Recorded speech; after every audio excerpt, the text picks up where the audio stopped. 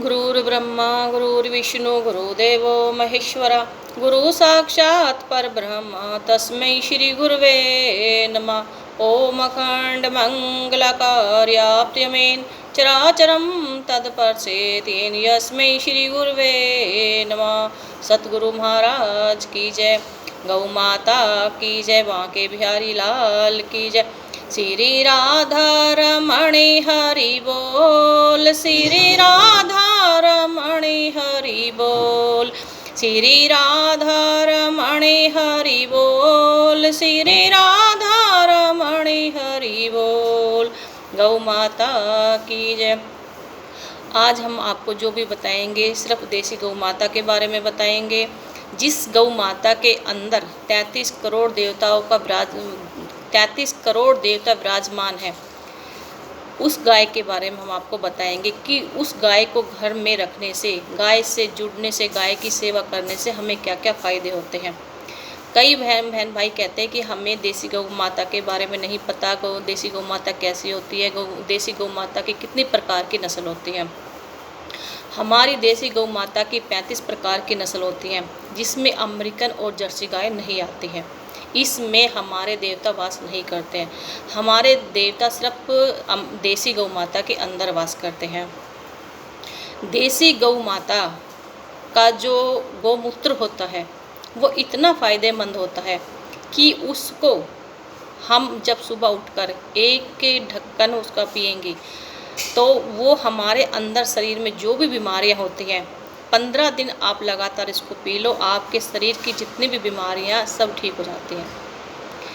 देसी गौ माता का जो दूध है, जो घी, दही, लस्सी जब हम खाते हैं तो हमारे पेट की जितनी भी बीमारियां होती हैं, पेट की चाहे किसी को कैसी भी बीमारी हो, वो ठीक हो जाती है।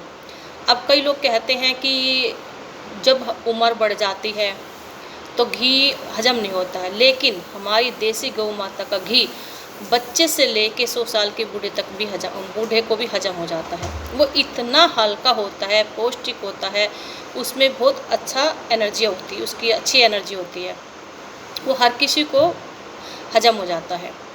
हमारी देसी गौ माता, आज हमने अपने धर्म को घर से बाहर निकाल दिया।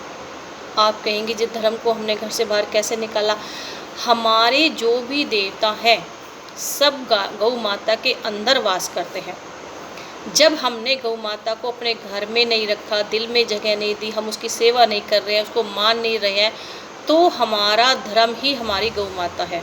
फिर आप कह रहे हैं कि आप नवरात्रों की पूरे नवरात्रे रखते हैं, खूब अच्छी तरह माँ की सेवा करते हैं, माँ को प्यार करते हैं, माँ का भोग लगाते हैं, माँ की अर्चना करते हैं, पूजा करते हैं। नवरात्रि में आप कंजके अष्टमी को कंजके जिमाते हैं, खूब श्रद्धा से आप अपना पूरा व्रत रखते हैं। लेकिन जब आप गौ माता से नहीं जुड़े हैं तो आपका जो नवरात्रि व्रत है वो कैसे लगेगा?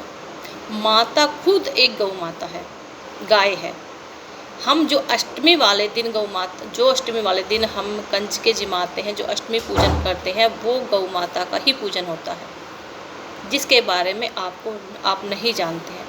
अगर आप गौ माता से जुड़े हैं, गौ माता की सेवा कर रहे हैं, कहीं भी जाके कर रहे हैं, घर में नहीं रख सकते तो कोई बात नहीं। अगर आपके मंदिर में भी गौ माता की फ़ोटो है तो भी उससे आप गौ माता की सेवा करिए, फिर आपकी नवरात्रों की पूजा लगेगी।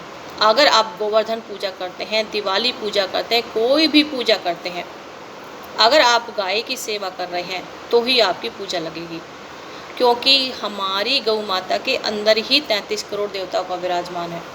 जब आप गाय की सेवा करेंगे, गाय की पूजा करेंगे तो आप सारे देवताओं की पूजा हो जाएगी आपके लिए। आप रोज़ाना गौ माता के लिए, अगर आप कुछ भी नहीं कर सकते, मंदिर नहीं जा सकते, गौशाला नहीं जा सकते, घर में गौ माता नहीं रह सकते, घर में रहकर भी गौ माता की सेवा नहीं कर सकते, सबसे आसान एक काम वो आप कर लो।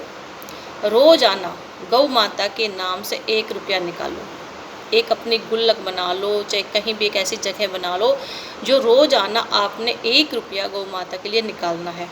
वो जब आप 1 रुपया गौ माता के नाम से निकालोगे तो आपका उस 1 रुपये में 33 करोड़ देवताओं का भोग लग जाएगा और आप गौ माता से जुड़ जाएंगे। कैसे भी, कहीं भी आपने अपने दिल में एक जगह दी है अपनी माँ को।